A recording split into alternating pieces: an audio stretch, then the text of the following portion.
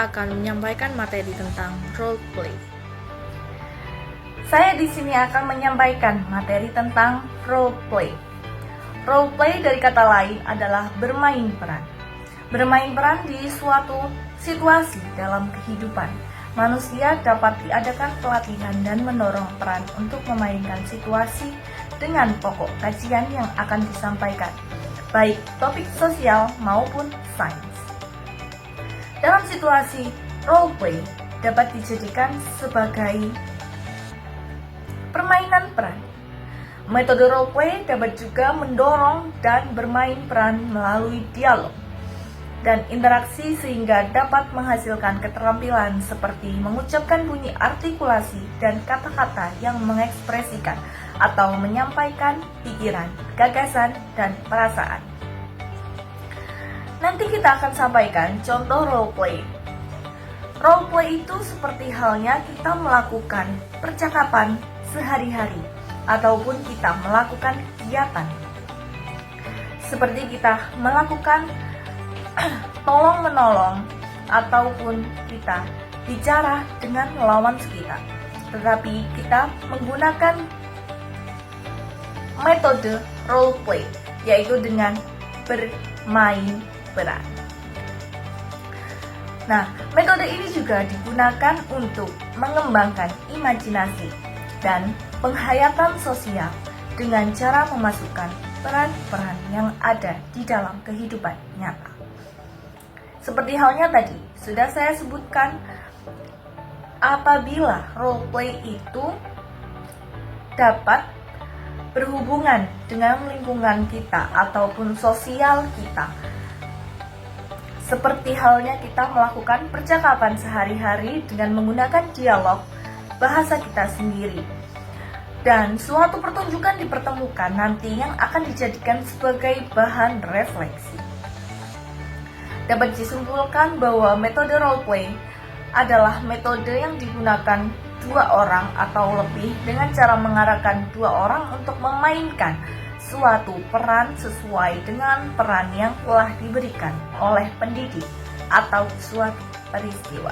Metode ini menggunakan cara yang menghubungkan suatu materi dengan kehidupan sehari-hari, baik pengalaman yang belajar yang akan diperoleh dari metode ini dapat meliputkan yang pertama, yaitu kemampuan bekerja sama. Yang kedua, kemampuan komunikatif. Yang ketiga, kemampuan mengekspresikan suatu kejadian. Berikutnya, saya akan menjelaskan tentang kelebihan dan kekurangan dari role play. Kelebihan yang pertama yaitu dapat membuat pemimpin lebih aktif dan mampu mengekspresikan dirinya. Metode role play mampu memahami peran yang akan diajarkan karena materi disajikan beserta dengan contoh penerapan dalam kehidupan. Yang kedua yaitu pemimpin menjadi kreatif karena peran yang akan membuat suasana pembelajaran sesuai dengan cerita yang sudah dibuat pada metode ini. Lingkungan menjadi aktif dan suasana akan berbeda karena pada proses pembelajaran ini tercipta kualitas atau komunitas dan cerita.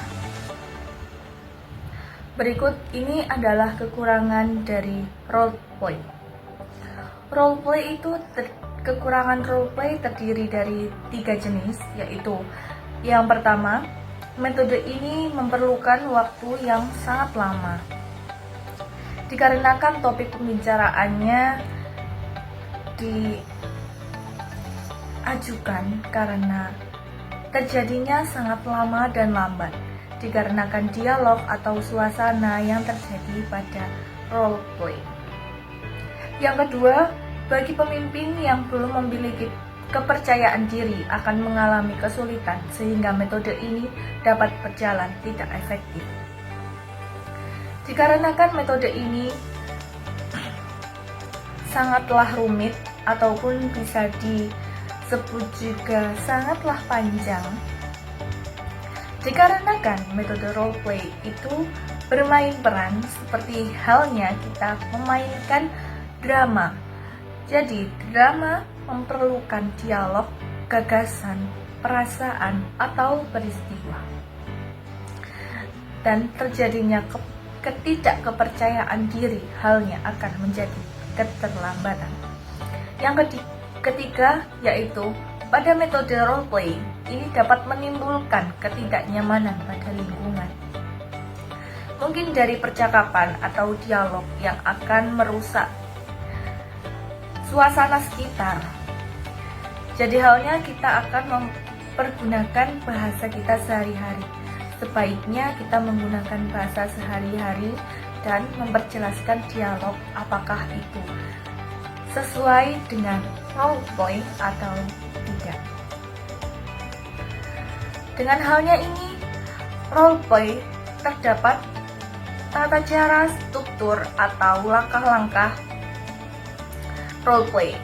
Yang pertama, pemimpin membuka roleplay, mengeluarkan jalan roleplay, menunjukkan orang-orang akan memerankan suatu topik tertentu.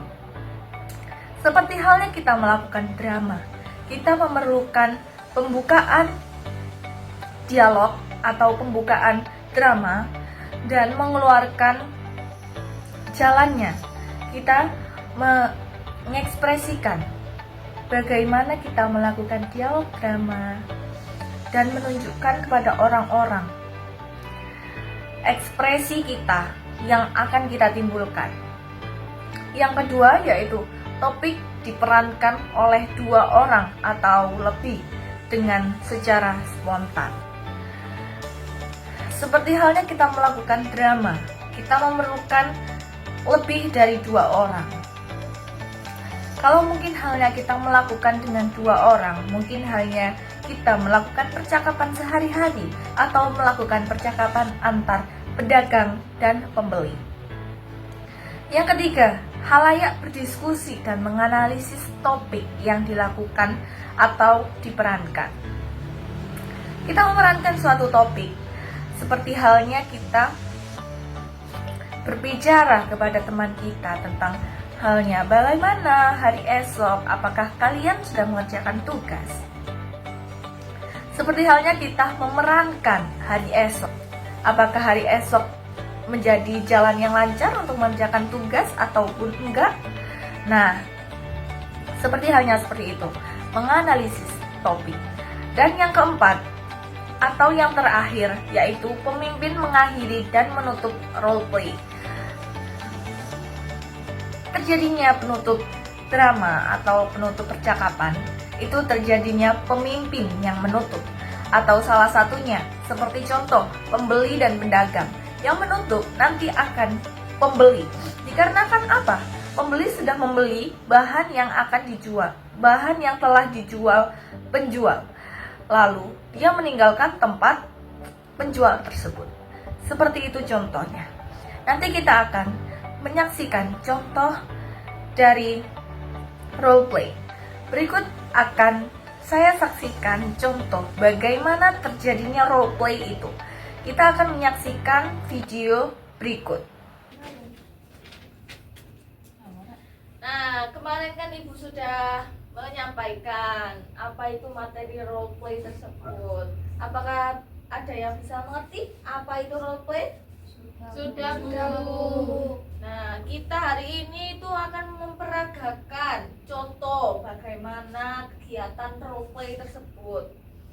Jadi, nanti kita akan memulai menggambar suatu bentuk. Jadi nanti permainannya yang belakang menggambar di punggung kita, lalu kita menirukan, merasakan apa yang digambar dari teman dari belakang. Begitu. Nah, apakah bisa dimengerti? Bisa, Bu. Baik, Ibu akan memulai. Silakan dibawa kertas masing-masing ke belakang. Dirasakan dengan benar. Baik, Ibu akan memulai.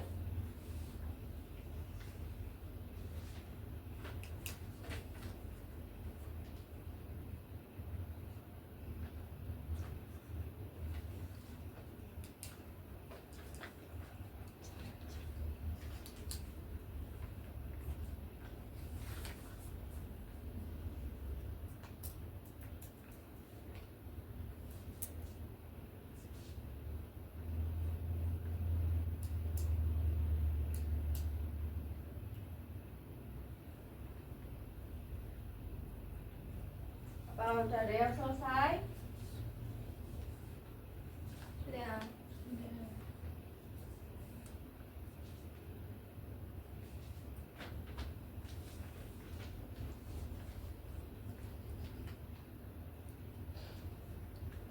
Jaga masing-masing gambarannya, jangan sampai bocor.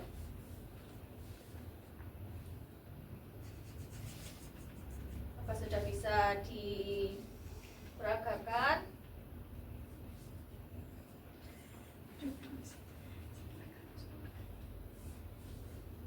Sudah, Bu. Sudah, semuanya sudah? Sudah.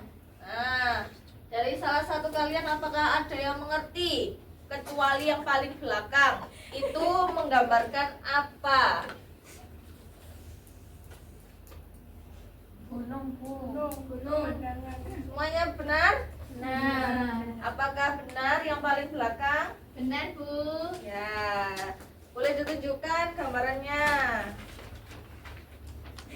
Ya, sangat kreatif ya anak-anak ya.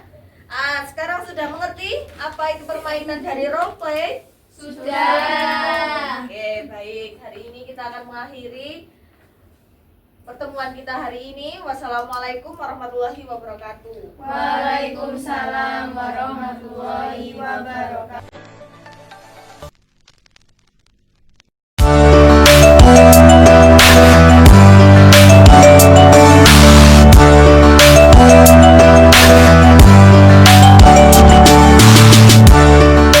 Baik, saya mulai dulu. Assalamualaikum warahmatullahi wabarakatuh. Waalaikumsalam warahmatullahi wabarakatuh. Di sini Ibu akan menjelaskan bahwasannya bahwa hari ini kita akan memberikan sebuah contoh tentang penyampaian debat itu seperti apa. Nah, di sini Ibu sudah memberikan tempat bagaimana penyampaian debat, pelaksanaannya bagaimana dan lain sebagainya. Nah, sekarang Ibu mau contoh pelaksanaannya itu berjudul tentang cyberbullying. Yang Ibu sudah berikan tentang cyberbullying itu. Nah, bullying itu bukanlah tindakan yang bagus karena merugikan orang lain yang menjadi korban. Bentuk bullying bisa kekerasan verbal yang menyangkut fisik, status, pangkat, dan sebagainya, serta bullying fisik yang secara langsung dengan memukul dan lain sebagainya. Selanjutnya akan dibacakan oleh Mbak Menteri.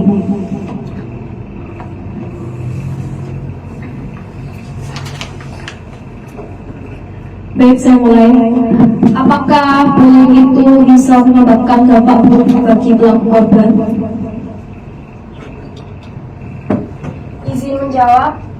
Silakan. Bullying sama-sama berdampak buruk bagi pelaku dan juga korban. Dari sisi pelaku akan ada cap negatif terhadap perilakunya yang membuatnya dihakimi oleh masyarakat. Pelaku akan mendapatkan sanksi paling ringan berupa sanksi sosial yang berwujud pengucilan. Jika bullying yang dilakukan sangat parah, pelaku dapat terjerat sanksi hukum.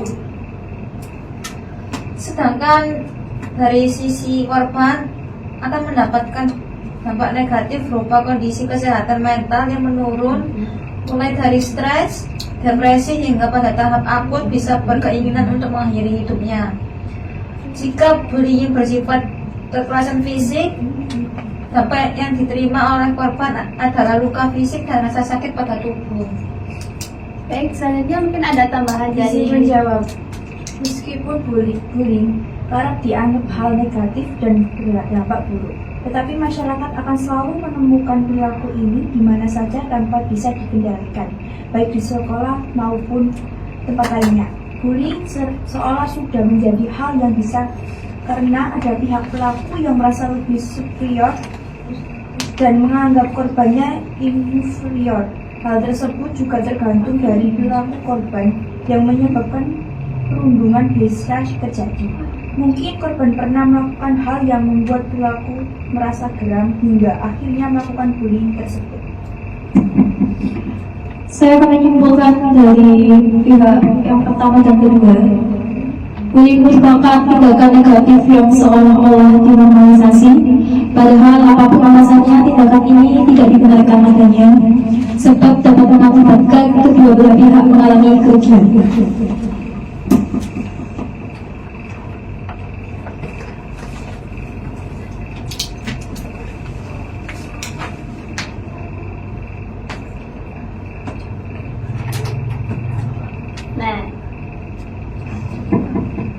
Nah, itu tadi adalah penyimpulan dan bagaimana caranya kita mencari solusi dan pendapat dari kedua belah pihak ya. Itu sudah disimpulkan oleh Ibu Metrik. Nah, selanjutnya saya mau bertanya, selebritis adalah sosok yang paling banyak mendapatkan bullying secara online. Contohnya seperti cyberbullying itu tadi. Mungkin dari kelompok Kak Pia bisa dipersilakan untuk memberikan suatu argumentasi. Baik. Selebritis menjadi seperti sosok yang mudah dikenal oleh banyak orang. Segala tingkah lakunya disorot sebagai publik fitur. Tentunya ada penggemar dari pembenci atau haters. Sosok pembenci inilah yang akan menjadi tukang bullying di media sosial. Berikut juga bullying atau perundungan itu kini maraknya terjadi sangat banyak dan menjadi masalah yang cukup menarik untuk didiskusikan. Apapun contoh teks diskusi tentang bullying yang singkat akan membahas bentuk perundungan yang bisa terjadi. Di era digital, mungkinnya perundungan dapat dilakukan secara online dengan kekerasan verbal. Mungkin juga figur seperti artis ataupun politisi menjadi sasaran empuk perundungan di dunia maya yang berdampak buruk pada kesehatan mental. Bullying bukanlah tindakan yang sangat bagus karena merugikan banyak orang yang akan menjadi korban juga. Bentuk bullying juga bisa menjadi kekerasan verbal yang menyangkut fisik, status, pangkat, dan sebagainya, serta bullying fisik yang secara langsung dengan pemukulan dan lainnya. Nah, itu tadi adalah argumentasi dari kelompok Mafia. Mungkin ada tanggapan dari kelompoknya KPK, saya bersilakan.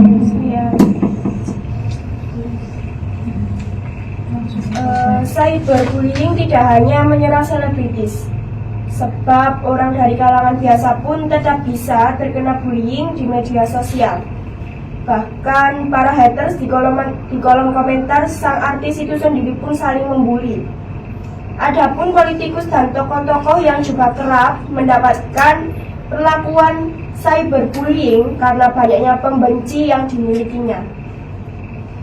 Sudah cukup.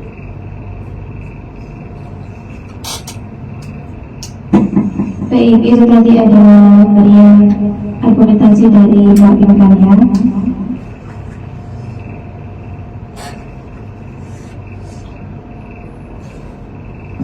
Selanjutnya saya akan memberikan pertanyaan lagi kepada kedua belah pihak ini. Apakah bullying menyebabkan dampak buruk bagi pelaku dan korban? Silakan untuk dari Kak Pia, kalian persilakan.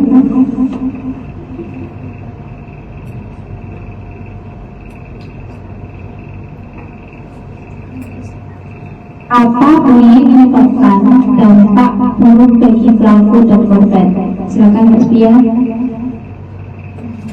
Bullying sama-sama berdampak buruk bagi pelaku dan korban. Dari sisi pelaku akan ada cap negatif terhadap pelakunya yang membuatnya dihakimi oleh masyarakat. Pelaku akan mendapatkan sanksi paling ringan berupa sanksi sosial yang berwujud pengucilan. Jika bullying yang dilakukan sangat parah, pelaku dapat terjerat sanksi hukum. Sedangkan dari sisi korban akan mendapatkan dampak negatif berupa kondisi kesehatan mental yang menurun, mulai dari stres, depresi, hingga pada tahap akut bisa berkeinginan untuk mengakhiri hidup. Jika bullying bersifat Kekerasan fisik, dampak yang diterima korban adalah luka fisik dan rasa sakit pada tubuh. Baik, itu tadi adalah argumentasi dari kelompok kalian. Silakan dari Kak Pinkan, kami persilakan. Izin menentang, meskipun bullying kerap dianggap hal negatif dan dampak buruk, tapi masyarakat akan selalu menemukan perilaku ini di mana saja tanpa bisa dikendalikan, baik di sekolah maupun di tempat lainnya. Bullying juga seolah sudah menjadi hal yang biasa karena ada pihak selaku yang merasa lebih superior dan menganggap korbannya inferior. Hal tersebut juga tergantung dari perilaku korban yang menyebabkan perundungan bisa terjadi. Mungkin korban pernah melakukan hal yang membuat pelaku merasa geram hingga akhirnya melakukan bullying tersebut. Sudah cukup.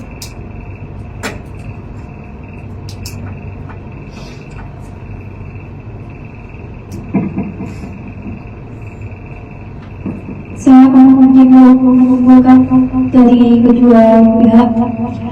Bullying merupakan tindakan negatif yang seolah-olah dinormalisasi. Padahal apapun alasannya, tindakan ini tidak dibenarkan artinya sebab dapat mengakibatkan kedua belah pihak mengalami kerugian. Baik, itu tadi adalah penyampaian debat yang sangat luar biasa di antara perbedaan pendapat dari kelompoknya Kak Pinkan dengan kelompoknya Kak Pia. Sangat luar biasa, beri aplaus untuk kita semuanya. Terima kasih. Bahwasanya cyberbullying itu tidak hanya di kalangan artis saja, tetapi juga di kalangan masyarakat semuanya pasti memiliki cyberbullying. Dan sangat luar biasa kepada kalian yang sudah memberikan argumentasi yang sangat luar biasa. Saya akhiri. Wassalamualaikum warahmatullahi wabarakatuh. Waalaikumsalam warahmatullahi wabarakatuh.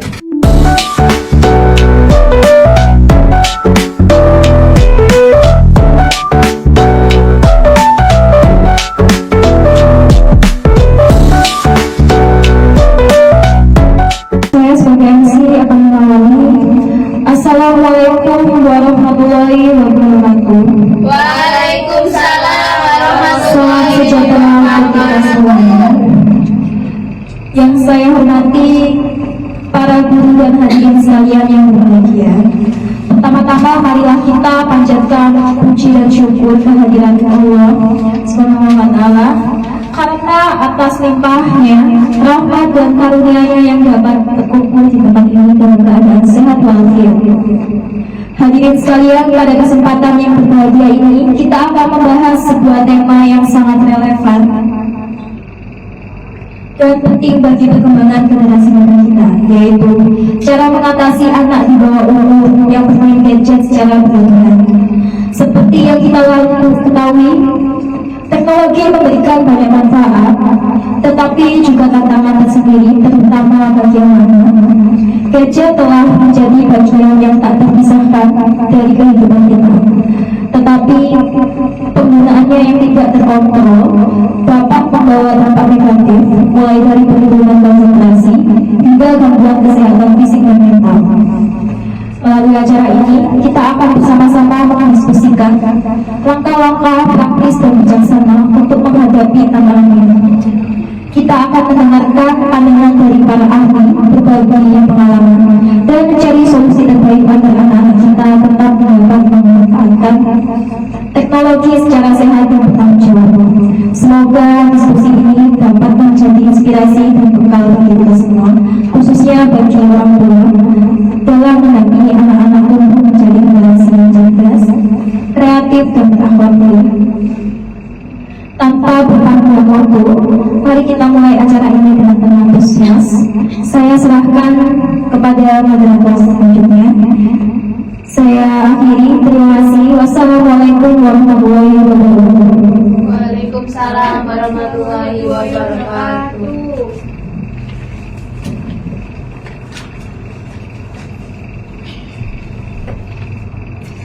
Baik, selamat pagi. Saya akan menggantikan menjadi moderator. Selamat pagi Bapak dan Ibu guru dan teman-teman. Terima kasih atas kehadiran Anda dalam acara seminar kali ini.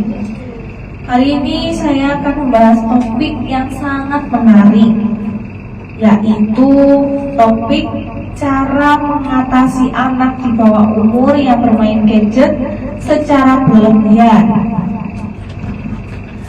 Sebelumnya izinkan saya memperkenalkan diri. Nama saya Fia Nadia. Saya akan bertindak sebagai moderator dalam sesi kali ini. Sebelum kita memulai, izinkan saya untuk memperkenalkan pembicara kita hari ini. Pemateri 1 ada Ibu Alfia Pinkan Maulida, dan yang pemateri 2 ada Ibu Syarla Fadila Yusa Putri. Dengan pengalaman yang luar biasa di bidang ilmu bahasa, saat ini beliau menjabat sebagai dosen di Universitas PGRI Adibuana Surabaya. Nah, sesi kali ini akan berlangsung selama 30 menit. Yang pertama, pemateri pertama ada Bu Alfia akan menyampaikan materi selama 30 menit. Setelah itu akan ada sesi tanya jawab di mana dapat mengajukan pertanyaan secara berlangsung melalui lisan, dan kami harap bisa berpartisipasi aktif dari semua peserta. Tanpa lama-lama lagi, mari kita sambut pemateri pertama, Ibu Alfia Pinkan Maulida, untuk menyampaikan materi. Waktu dan sepenuhnya disilahkan.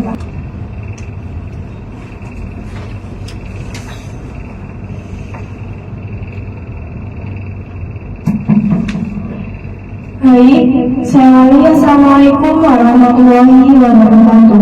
Waalaikumsalam warahmatullahi wabarakatuh. Perkenalkan, saya Alfia Pinkan Maulida dari Universitas PGRI Adibuana Surabaya.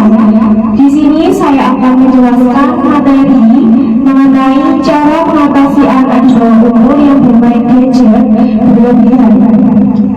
Yang pertama, kita ada langkah-langkah untuk mengatasi anak dengan gadget berlebihan, yakni yang pertama, peningkatan kesadaran orang tua.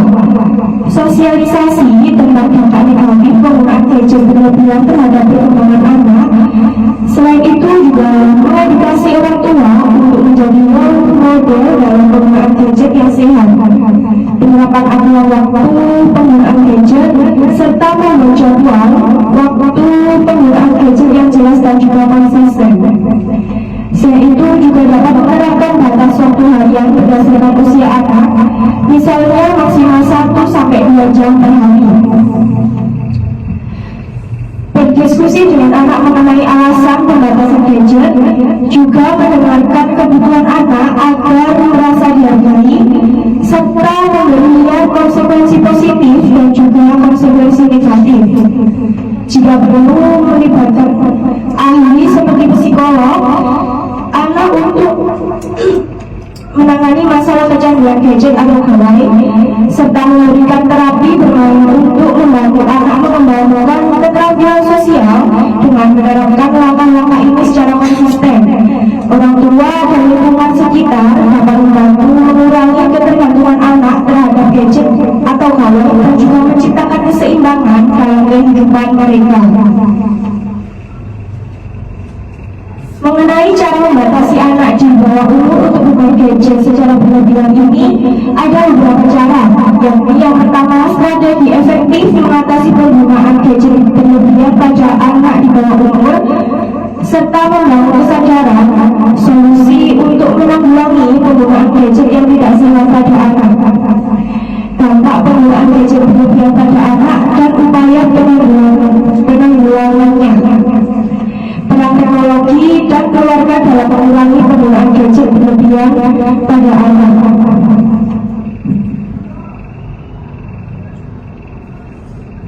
Selain itu juga dapat melibatkan sekolah dalam memberikan edukasi ke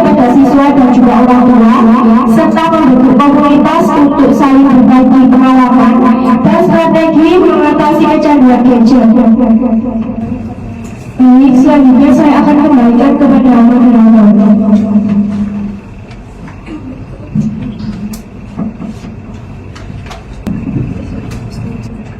Baik, selanjutnya kita akan panggil pemateri yang kedua kita dari Bu Sarwa, silahkan dipersilakan.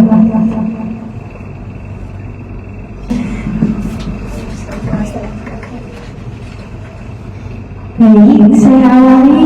Assalamualaikum warahmatullahi wabarakatuh. Waalaikumsalam warahmatullahi wabarakatuh. Perkenalkan, nama saya Sarwati Larissa Putri dari Universitas PGRI Adiwiyana Surabaya. Di sini saya akan menyampaikan materi dengan tema cara mengatasi anak di bawah umur bermain gadget berlebihan. Membangun generasi cerdas, strategi mengurangi ketergantungan anak terhadap gadget. Padahal pola asuh positif untuk mengeluarkan hubungan gadget pada anak usia dini. Peran orang tua dan sekolah dalam mengatasi anak kecenderungan gadget. Membangun keseimbangan digital sehat, solusi untuk anak yang terlalu lama bermain gadget. Teknologi dan anak. Menciptakan batas sehat penggunaan gadget. Pendekatan psikologis dan edukasi untuk mengatasi kecanduan gadget pada anak. Digital pentingnya, solusi inovatif mengurangi pengorbanan keharmonisan keluarga di era digital untuk mengatasi gender overuse pada anak.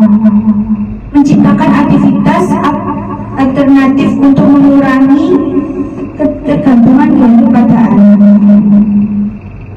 Peran media dan teknologi dalam mencegah dampak negatif penggunaan gadget berlebihan. Ini dapat disesuaikan dengan fokus dan konteks simposium yang diserahkan mengenai anak di bawah umur bermain gadget berlebihan. Dalam konteks simposium nasional, peran orang tua adalah pengawasan. Orang tua harus menjadi role model dalam penggunaan gadget dengan menerapkan aturan waktu dan konteks. Anak dapat belajar disiplin dalam menggunakan gadget. Pentingnya edukasi digital, memberikan pemahaman kepada anak tentang dampak positif dan negatif penggunaan gadget dapat membantu mereka lebih bijak dalam menggunakan. Alternatif kegiatan positif, orang tua dan guru perlu menyediakan berbagai alternatif kreatif dan edukatif seperti olahraga, seni, atau membaca buku untuk mengalihkan perhatian anak dari gadget.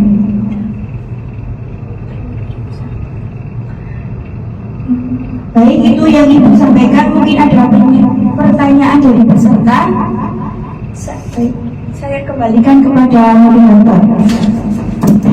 Baik, ini sekian dari pemateri 1 dan pemateri 2. Cukup bagus ya teman-teman atas materi yang telah disampaikan.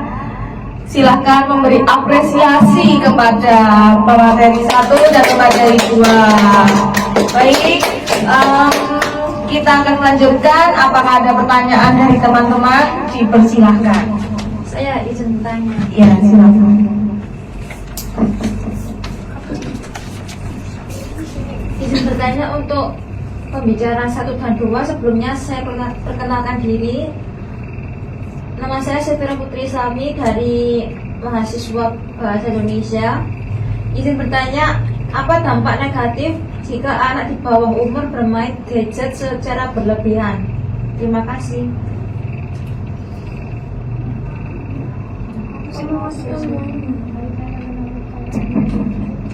Baik, saya akan menunggu pertanyaan dari Kak Fira. Lanjutkan dengan pertanyaan selanjutnya. Saya izin bertanya.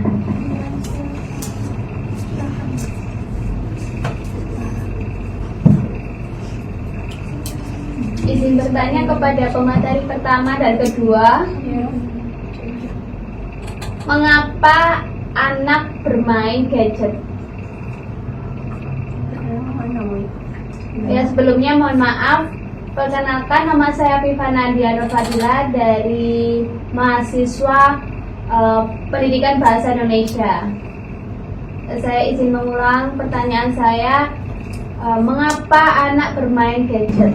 Baik, terima kasih Kak Afifah telah memberi pertanyaan dari materi 1 dan materi 2. Apakah bisa dijawab pertanyaan dari audiens?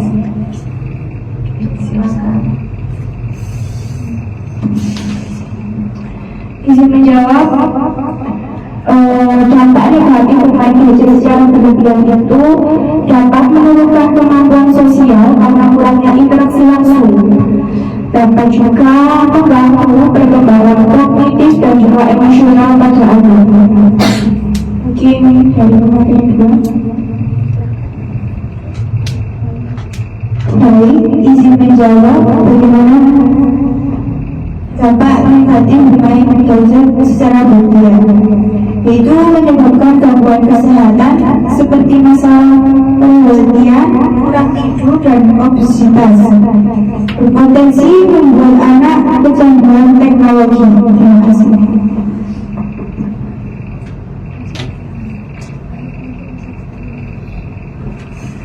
Baik, apakah mungkin bisa diterima untuk pertanyaan atau jawaban? Bisa, terima kasih.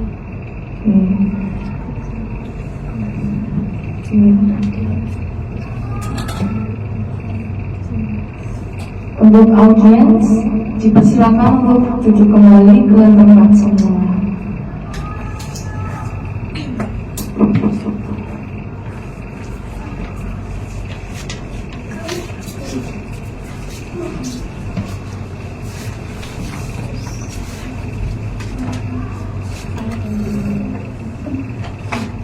Alhamdulillah, kita telah sampai pada penghujung simposium hari ini yang membahas tema yang sangat menarik, yaitu tema cara mengatasi anak di bawah umur dan bermain gadget secara berlebihan. Baik, dari sesi ini kita telah memahami ya bagaimana pentingnya peran orang tua, pendidik, dan masyarakat dalam mengolah penggunaan gadget oleh anak-anak. Langkah-langkah seperti memberi batas waktu bermain, menciptakan aktivitas alternatif yang menarik, hingga memberi mendidik digital sejak dini adalah beberapa solusi yang kita implementasikan. Baik, sebagai penutup, saya bahwa apa yang kita bahas hari ini dapat menjadi langkah awal menuju perubahan yang positif. Sekali lagi berterima kasih atas partisipasi dan kontribusi semua pihak dalam simposium kali ini. Semoga kita semua diberi kekuatan untuk terus memberi yang terbaik bagi generasi masa depan. Saya berterima kasih. Wassalamualaikum warahmatullahi wabarakatuh. Waalaikumsalam warahmatullahi wabarakatuh. Terima kasih untuk materi 1 dan materi 2. Pertanyaannya sangat bagus dan telah menjawab dari audiens yang bertanya. Saya persilakan untuk kembali ke tempatnya selanjutnya. Assalamualaikum warahmatullahi wabarakatuh. Selamat sore dan salam sejahtera untuk kita semuanya. Hadirin yang terhormat, tak terasa kita telah sampai di penghujung acara simposium kita pada hari ini yang mengangkat tema yang sangat relevan, yaitu cara mengatasi anak di bawah umur yang bermain gadget secara berlebihan. Kami sangat bersyukur dan berterima kasih atas kehadiran dan serta berpartisipasi aktif dari para narasumber, moderator, dan seluruh peserta simposium ini. Semoga ilmu dan wawasan yang telah kita dapatkan hari ini dapat menjadi bekal yang berharga bagi kita semua, khususnya dalam mendampingi anak-anak yang bijak menggunakan gadget dan teknologi. Kami juga berharap diskusi yang telah berlangsung dapat menginspirasikan langkah-langkah nyata yang menciptakan lingkungan yang sehat bagi tumbuh kembang anak di era digital ini. Akhir kata, atas nama panitia, kami mohon maaf apabila terdapat kekurangan dalam pelaksanaan acara ini. Terima kasih atas dukungan dan kerjasamanya, dan kami berharap dapat bertemu bertemu kembali di acara-acara yang akan datang. Wassalamualaikum warahmatullahi wabarakatuh. Selamat sore dan sampai jumpa. Semoga bisa membantu saya di berikutnya.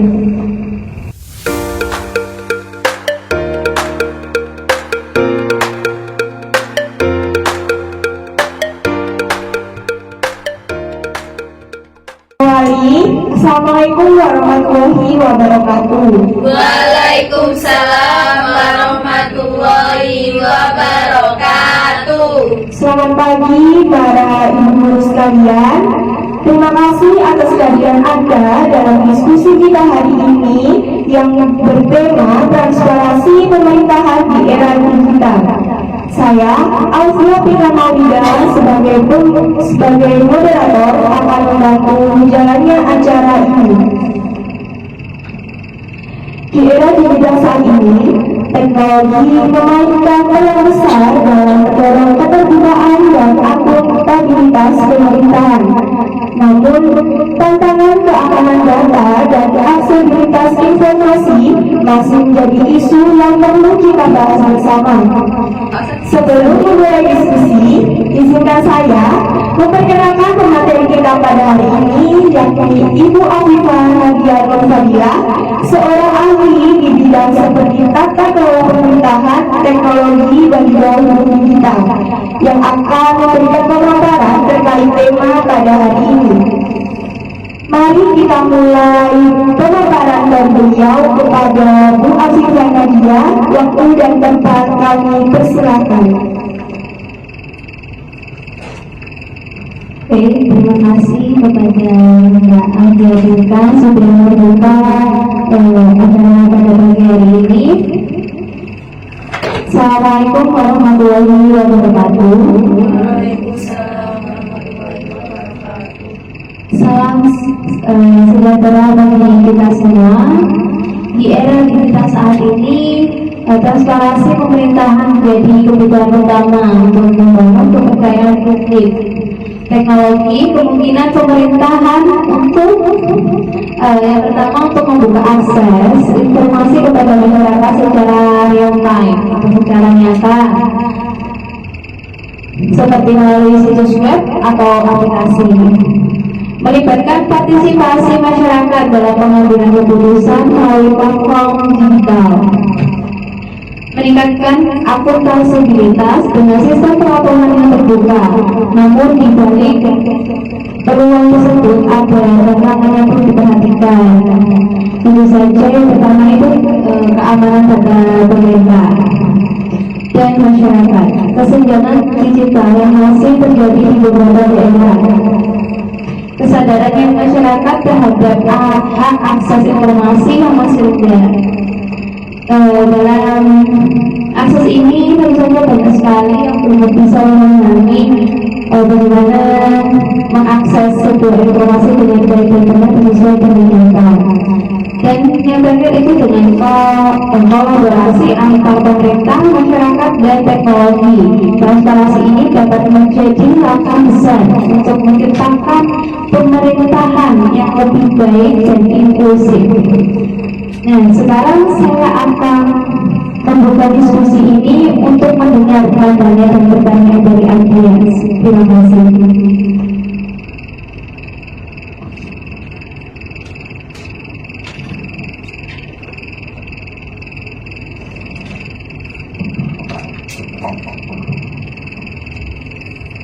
Baik, di sini saya izin bertanya kepada Ibu Afifah, bagaimana strategi pemerintah untuk memastikan keamanan data masyarakat di era digital ini? Terima kasih.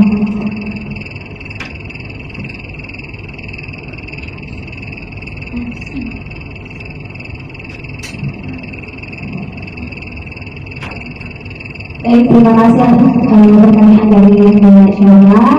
Pertanyaannya itu tentang bagaimana strategi pemerintah untuk memastikan keamanan data dan penyebaran data di era digital. Tentu saja di pemerintahan itu ada salah satu orang yang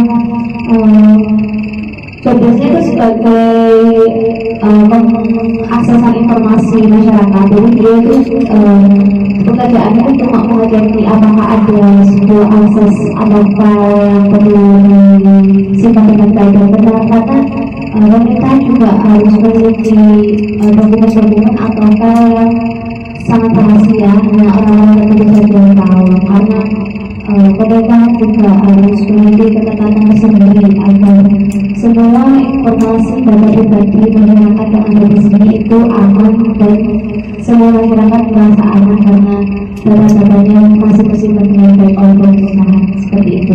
Barangkali ada tanggapan dari para audiens, silakan.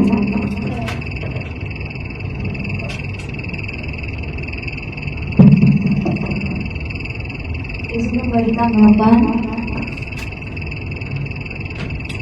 Saya sepakat bahwa teknologi membantu transparansi, tetapi di daerah kami masih terkendala akses internet. Apakah langkah pemerintah untuk mengatasi masalah ini? Terima kasih. Langkah yang pemerintah untuk mengatasi hal ini itu tentu saja kita memberikan sebuah internet itu yang baik di setiap daerah dan di setiap tempat, dan kita setiap bulan harusnya memeriksa apakah tempat internet yang sudah pemerintah siapkan itu berjalan dengan baik, berjalan dengan lancar, apakah ada kendala, karena kami setiap 1 bulan sekali akan mengeceknya. Karena jika di 1 bulan sekali itu ada suatu kendala,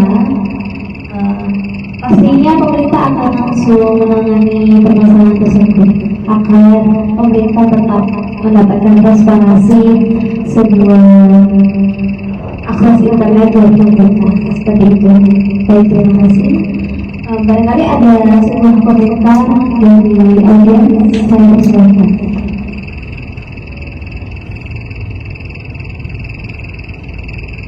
Izin memberi komentar.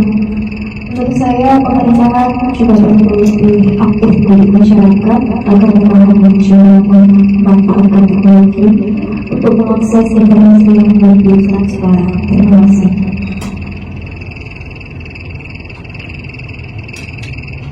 Yang sangat luar biasa sudah memberikan pertanyaan, tanggapan dan komentar yang sangat luar biasa kepada saya.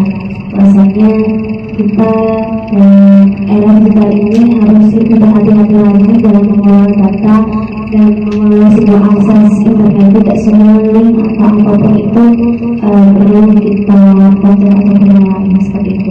Dan saya akhiri. Assalamualaikum warahmatullahi wabarakatuh, dan saya kembalikan kepada masyarakat.